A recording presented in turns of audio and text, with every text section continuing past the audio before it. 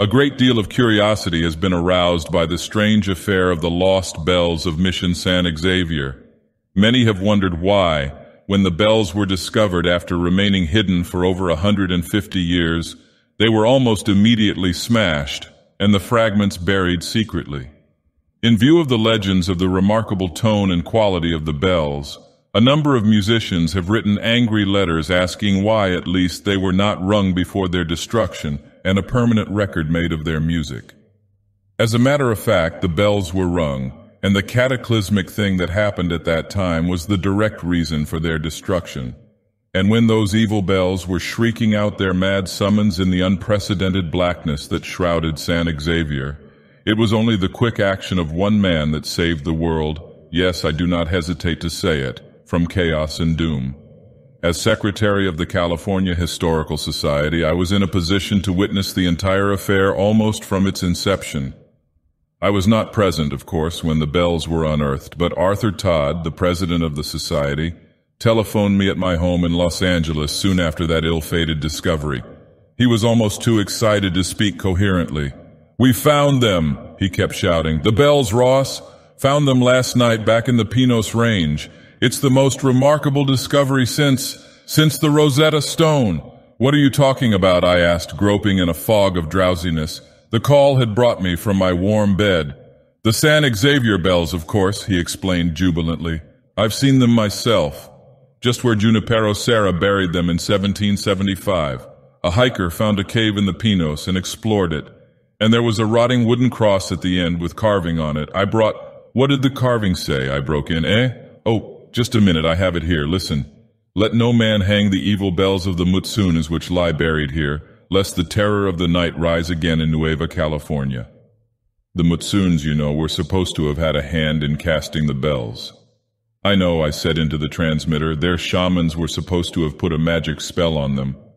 I'm wondering about that," Todd said. "There have been some very unusual things happening up here. I've only got 2 of the bells out of the cave. There's another, you know, but the Mexicans won't go in the cave anymore. They say, well, they're afraid of something. But I'll get that bell if I have to dig it up myself." "Want me to come up there?" "If you will," Todd said eagerly. "I'm phoning from a cabin in Coyote Canyon. I left Denton, my assistant, in charge. Suppose I send a boy down to San Xavier to guide you to the cave." "All right," I assented. "Send him to the Xavier Hotel. I'll be there in a few hours." San Xavier is perhaps 100 miles from Los Angeles. I raced along the coast, and within 2 hours I had reached the little mission town, hemmed in by the Pinos Range, drowsing sleepily on the edge of the Pacific. I found my guide at the hotel, but he was oddly reluctant to return to Todd's camp. "I can tell you how to go, senor. You will not get lost." The boy's dark face was unnaturally pale beneath its heavy tan, and there was a lurking disquiet in his brown eyes. "I don't want to go back." I jingled some coins. "It's not as bad as all that, is it?" I asked. "Afraid of the dark?" He flinched. "See, the dark. It's very dark in that cave, senor." The upshot was that I had to go alone, trusting to his directions and my own ability in the open. Dawn was breaking as I started up the canyon trail, but it was a strangely dark dawn. The sky was not overcast, but it held a curious gloom. I've seen such oppressively dark days during dust storms, but the air seemed clear enough. And it was very cold, although even from my height I could see no fog on the Pacific. I kept on climbing. Presently I found myself threading the gloomy, chill recesses of Coyote Canyon. I shivered with cold. The sky was a dull leaden color, and I found myself breathing heavily. In good physical condition, the climb had tired me unduly, yet I was not physically tired.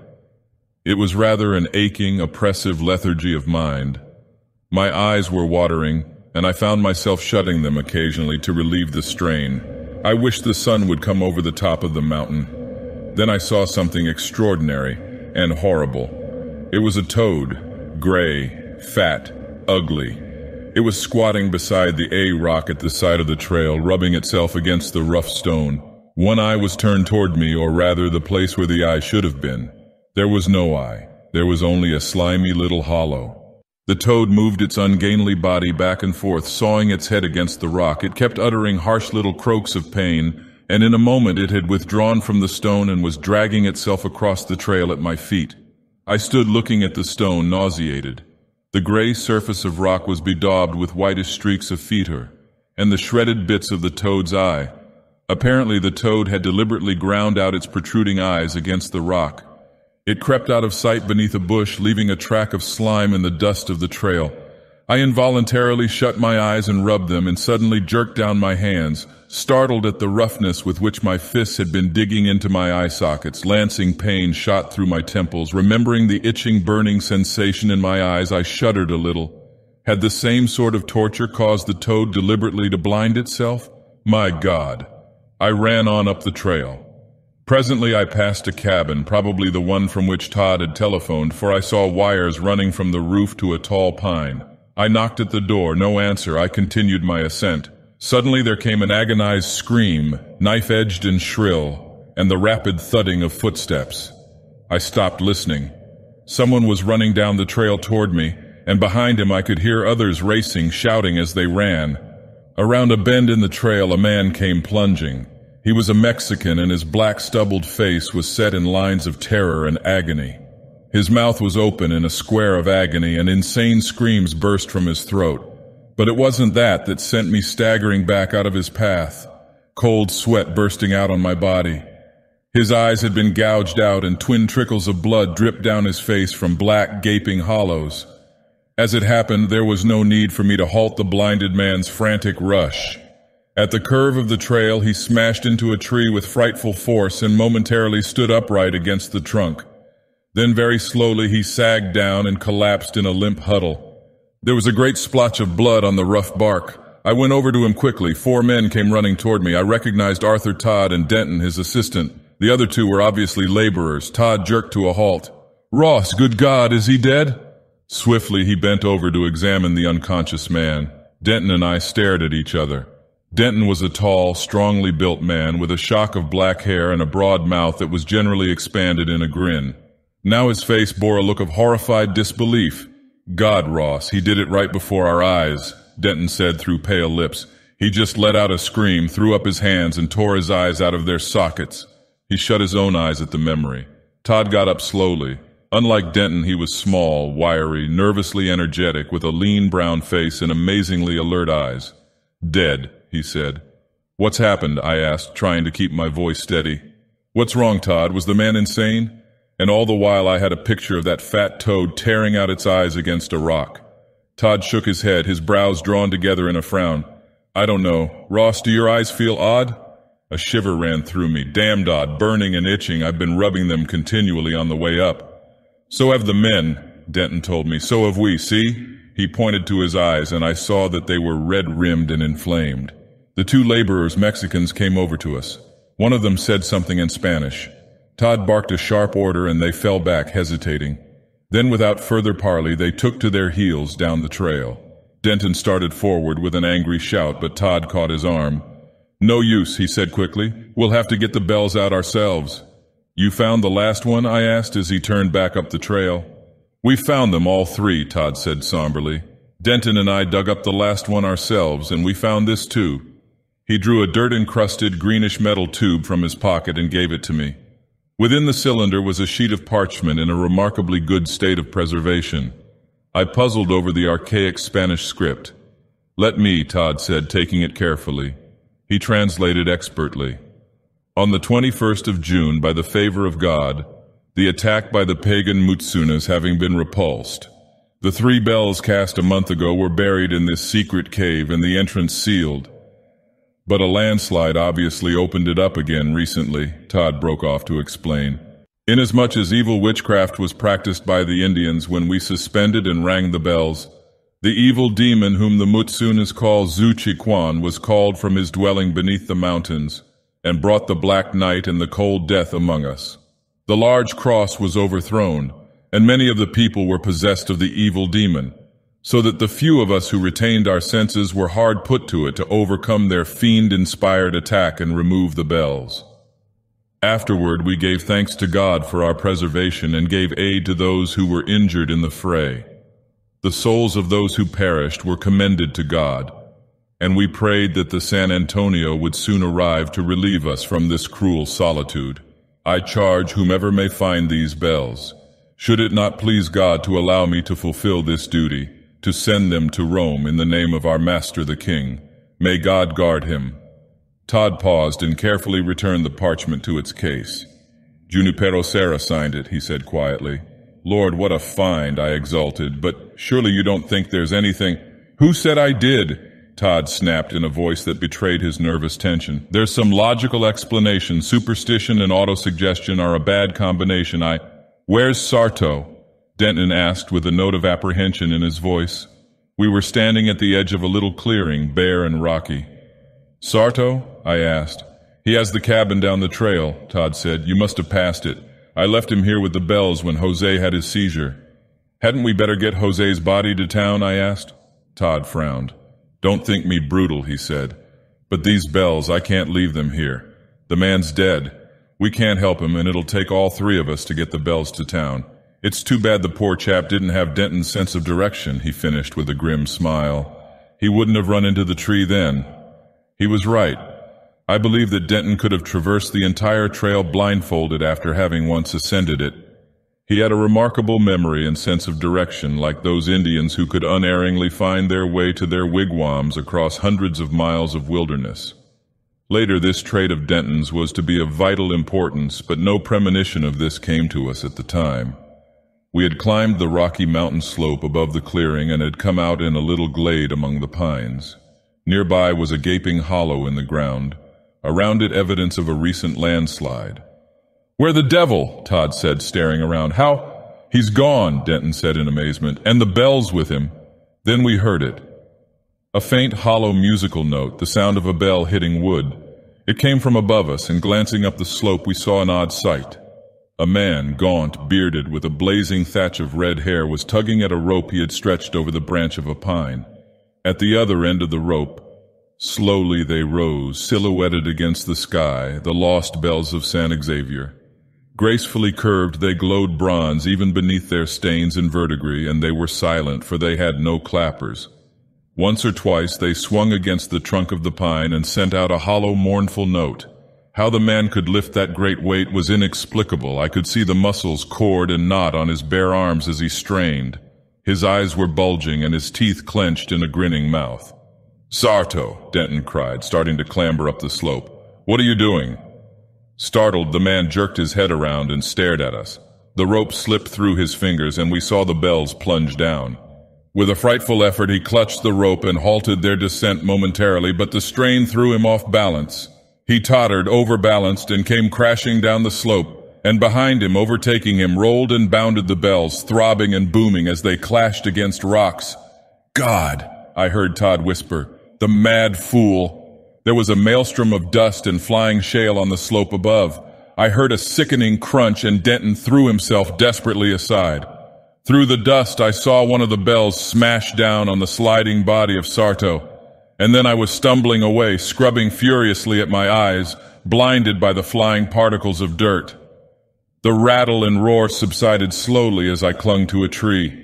I blinked, glanced around. Almost at my feet was one of the bells. There was a great crimson stain upon it. The body of Sarto was visible, jammed into a bush on the slope above, and a few feet below it, propped upright against a jagged rock, was Sarto's battered, gory head. Thus ended the first act of the drama I was to witness. The bells were to be hung 2 weeks later. There was some stir in the newspapers and considerable more among historians. Pilgrimages of various historical societies to San Xavier from all over the world were planned. In the cold daylight of logic outside the eerie atmosphere of the Pinos Mountains, the unusual occurrences during the unearthing of the bells were easily explained. A virulent kind of poisoning, perhaps similar to poison oak, or some fungus hidden in the cave with the relics, had been responsible for our optical irritation and the madness of Sarto and the Mexican. Neither Denton, Todd, nor I denied this explanation, but we discussed the matter at length among ourselves. Denton went so far as to drive down to the Huntington Library to view the forbidden Johann Negus translation of the Book of Iod, that abhorrent and monstrous volume of ancient esoteric formulae about which curious legends still cling. Only a single copy of the original volume, written in the pre-human ancient tongue, is said to exist. Certainly few even know of the expurgated Johann Negus translation. But Denton had heard vague rumors about a passage in the book which he declared might be connected with the legends of the San Xavier bells. When he returned from Los Angeles, he brought a sheet of foolscap paper covered with his execrable penmanship. The passage he had copied from the Book of Iod was this: "The dark silent one dwelleth deep beneath the earth on the shore of the western ocean. Not one of those potent old ones from hidden worlds and other stars is he, for in earth's hidden blackness he hath always dwelt.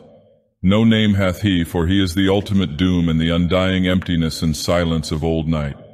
When earth is dead and lifeless and the stars pass into blackness, he will rise again and spread his dominion over all. For he hath naught to do with life and sunlight, but loveth the blackness and the eternal silence of the abyss. Yet can he be called to earth's surface before his time, and the brown ones who dwell on the shore of the western ocean have power to do this by ancient spells, and certain deep-toned sounds which reach his dwelling place far below. But there is great danger in such a summoning, lest he spread death and night before his time. For he bringeth darkness within the day and blackness within the light. All life, all sound, all movement passeth away at his coming. He cometh sometimes within the eclipse, and although he hath no name, the brown ones know him as Zushakan." "There was a deletion at that point," Denton said as I glanced up from the excerpt. "The book's expurgated, you know." "It's very odd," Todd said, picking up the paper and running his eyes over it. "But of course it's merely a coincidence. Certainly, since folklore is based on natural phenomena, one can generally find modern parallels. The thunderbolts of Jove and Apollo's arrows are merely lightning and sunstroke. Never on them does the shining sun look down with his beams," Denton quoted softly. "But deadly night is spread abroad over these hapless men. Remember Odysseus's visit to the land of the dead?" Todd's mouth twisted wryly. "Well, what of it? I don't expect Pluto to come up from Tartarus when the bells are hung. Do you? This is the 20th century. Such things don't happen. In fact, never did happen." "Are you sure?" Denton asked. "Surely you don't pretend to believe this cold weather we're having is normal." I glanced up quickly. I'd been wondering when someone would mention the abnormal chill in the air. "It's been cold before," Todd said with a sort of desperate assurance. "And overcast, too. Just because we're having some muggy weather is no reason for you to let your imagination get the upper hand. It's good God." We went staggering across the room. "Earthquake?" Denton gasped, and we headed for the door. We didn't race for the stairs, but remained just beneath the lintel of the doorway. During an earthquake, it's the safest place in any building on account of the nature and strength of its construction. But there were no more shocks. Denton moved back into the room and hurried to the window. "Look," he said breathlessly, beckoning. "They're hanging the bells." We followed him to the window. From it we could see the Mission San Xavier 2 blocks away, and in the arches and the bell tower figures were toiling over the 3 bells. "They say when the bells were cast, the Indians threw the body of a living girl into the boiling metal," Denton said, apropos of nothing. "I know it," Todd answered snappishly. "And the shamans enchanted the bell with their magic. Don't be a fool." "Why shouldn't some peculiar vibration, like the sound of a bell, create certain unusual conditions?" Denton asked hotly, and I thought I detected a note of fear in his voice. "We don't know all there is to know about life, Todd. It may take strange forms, or even—" Clang-giggy! The booming, ominous note of a bell rang out. It was strangely deep, thrilling through my eardrums and sending its eerie vibration along my nerves. Denton caught his breath in a gasp. Clang-giggy! A deeper note, throbbing, sending a curious pain through my head. Somehow urgent, summoning, clang-giggy, thundering, fantastic music, such as might issue from the throat of a god or from the heartstrings of the dark angel Israfel. Was it growing darker? Was a shadow creeping over San Xavier? Was the Pacific darkening from sparkling blue to leaden gray to cold blackness? Clang-giggy! Then I felt it, a premonitory tremble of the floor beneath my feet. The window rattled in its casing. I felt the room sway sickeningly, tilt and drop while the horizon seesawed slowly, madly back and forth. I heard a crashing from below and a picture dropped from the wall to smash against the floor. Denton, Todd, and I were swaying and tottering drunkenly toward the door. Somehow I felt that the building wouldn't stand much more. It seemed to be growing darker. The room was filled with a hazy, tenebrous gloom. Someone screamed shrilly, glass smashed and shattered. I saw a spurt of dust spray out from the wall and a bit of plaster dropped away, and suddenly I went blind. At my side, Denton cried out abruptly, and I felt a hand grip my arm. "That you, Ross?" I heard Todd ask in his calm voice, precise as ever. "Is it dark?" "That's it," Denton said from somewhere in the blackness. "I'm not blind, then. Where are you? Where's the door?" A violent lurch of the building broke Todd's clutch on my arm, and I was flung against the wall. "Over here," I shouted above the crashing and roaring. "Follow my voice." In a moment I felt someone fumbling against my shoulder. It was Denton, and soon Todd joined him. "God, what's happening?" I jerked out. "Those damn bells," Denton shouted in my ear. "The Book of Iod was right. He bringeth darkness within the day." "You're mad?" Todd cried sharply. But punctuating his words came the furious, ear-splitting dinning of the bells, clanging madly through the blackness. "Why do they keep ringing them?" Denton asked, and answered his own question. "The earthquake's doing it. The quake's ringing the bells. Clang-gay, clang-gay." Something struck my cheek, and putting up my hand, I felt the warm stickiness of blood. Plaster smashed somewhere. Still, the earthquake shocks kept up. Denton shouted something which I did not catch. "What?" Todd and I cried simultaneously. "Bells, we've got to stop them. They're causing this darkness, perhaps the earthquake too. It's vibration. Can't you feel it? Something in the vibration of those bells is blanketing the sun's light waves. For light's a vibration, you know. If we can stop them..." "It would be a fool's errand," Todd cried. "You're talking nonsense."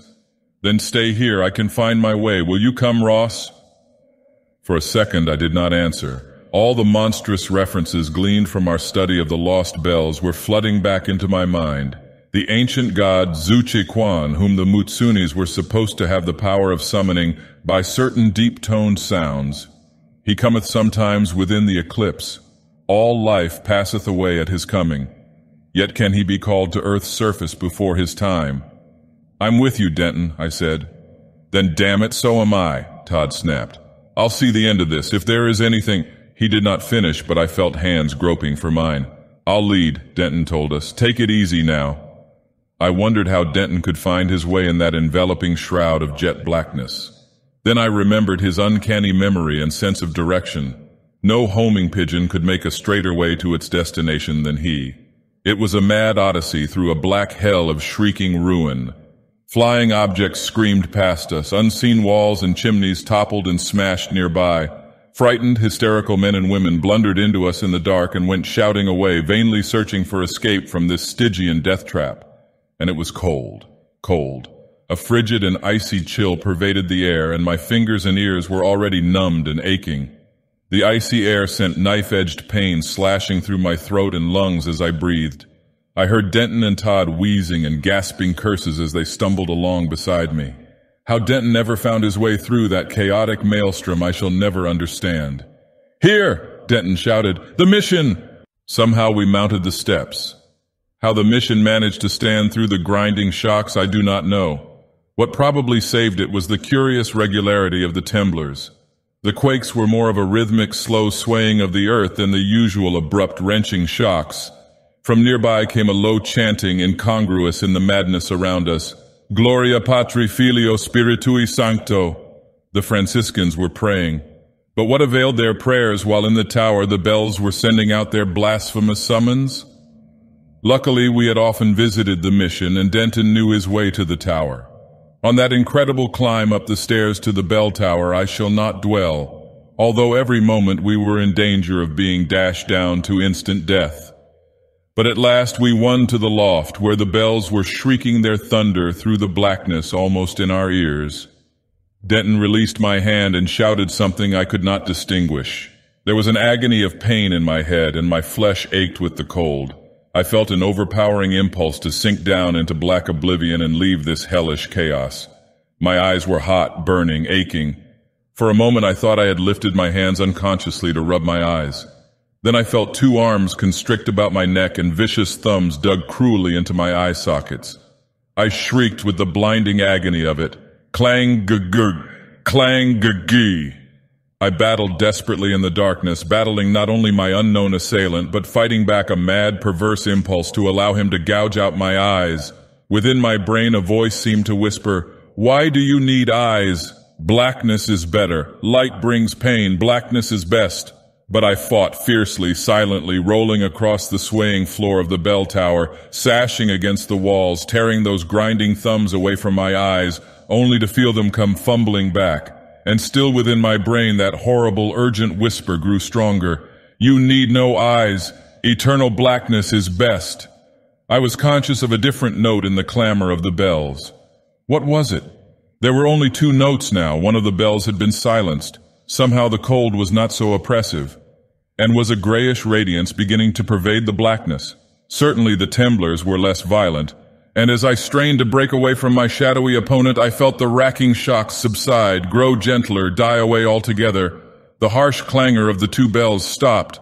My opponent suddenly shuddered and stiffened. I rolled away, sprang up in the grayness, alert for a renewal of the attack. It did not come. Very slowly, very gradually, the darkness lifted from San Xavier. Grayness first, like a pearly, opalescent dawn, then yellowish fingers of sunlight, and finally the hot blaze of a summer afternoon. From the bell tower I could see the street below, where men and women stared up unbelievingly at the blue sky. At my feet was the clapper from one of the bells. Denton was swaying drunkenly, his white face splotched with blood, his clothing torn and smeared with dust. "That did it," he whispered.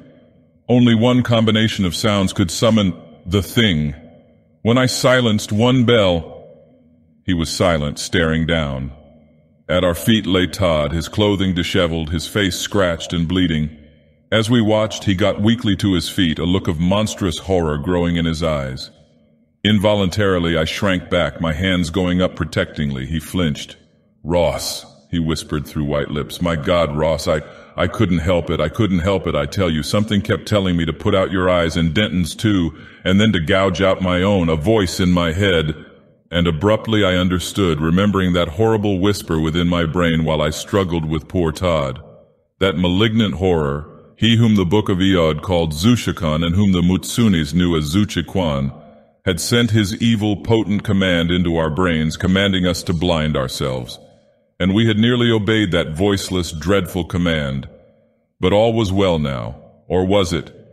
I had hoped to close the doors of my memory forever on the entire horrible affair, for it is best not to dwell too closely upon such things. And despite the storm of adverse criticism and curiosity that was aroused by the smashing of the bells the next day, with the full permission of Father Bernard of the Mission, I had fully determined never to reveal the truth of the matter. It was my hope that only 3 men, Denton, Todd, and myself, might hold the key to the horror, and that it would die with us. Yet something has occurred which forces me to break my silence and place before the world the facts of the case. Denton agrees with me that perhaps thus mystics and occultists who have knowledge of such things may be enabled to utilize their knowledge more effectually if what we fear ever comes to pass. 2 months after the affair at San Xavier, an eclipse of the sun occurred. At that time, I was at my home in Los Angeles, Denton was at the headquarters of the Historical Society in San Francisco, and Arthur Todd was occupying his apartment in Hollywood. The eclipse began at 2:17 p.m., and within a few moments of the beginning of the obscuration, I felt a strange sensation creeping over me. A dreadfully familiar itching manifested itself in my eyes, and I began to rub them fiercely. Then remembering, I jerked down my hands and thrust them hastily into my pockets. But the burning sensation persisted. The telephone rang. Grateful for the distraction, I went to it hurriedly. It was Todd. He gave me no chance to speak. Ross, it's back!" he cried into the transmitter. "Ever since the eclipse began, I've been fighting. Its power was strongest over me, you know. It wants me to help me, Ross. I can't keep—" Then silence. "Todd," I cried, "wait, hold on, just for a few moments. I'll be there." No answer. I hesitated, then hung up and raced out to my car. It was a normal 20-minute drive to Todd's apartment, but I covered it in 7, with my lights glowing through the gloom of the eclipse and mad thoughts crawling horribly in my brain. A motorcycle officer overtook me at my destination, but a few hurried words brought him into the apartment house at my side. Todd's door was locked. After a few fruitless shouts, we burst it open. The electric lights were blazing. What cosmic abominations may be summoned to dreadful life by age-old spells and sounds is a question I dare not contemplate, for I have a horrible feeling that when the lost bells of San Xavier were rung, an unearthly and terrible chain of consequences was set in motion. And I believe, too, that the summoning of those evil bells was more effective than we then realized. Ancient evils, when roused to life, may not easily return to their brooding sleep. And I have a curious horror of what may happen at the next eclipse of the sun. Somehow the words of the hellish book of Iod keep recurring to me. Yet can he be called to earth's surface before his time? He bringeth darkness. All life, all sound, all movement passeth away at his coming. And worst of all, that horribly significant phrase, he cometh sometimes within the eclipse. Just what had happened in Todd's apartment I do not know. The telephone received was dangling from the wall and a gun was lying beside my friend's prostrate form. But it was not the scarlet stain on the left breast of his dressing gown that riveted my horror-blasted stare. It was the hollow, empty eye sockets that glared up sightlessly from the contorted face. That, and the crimson-stained thumbs of Arthur Todd.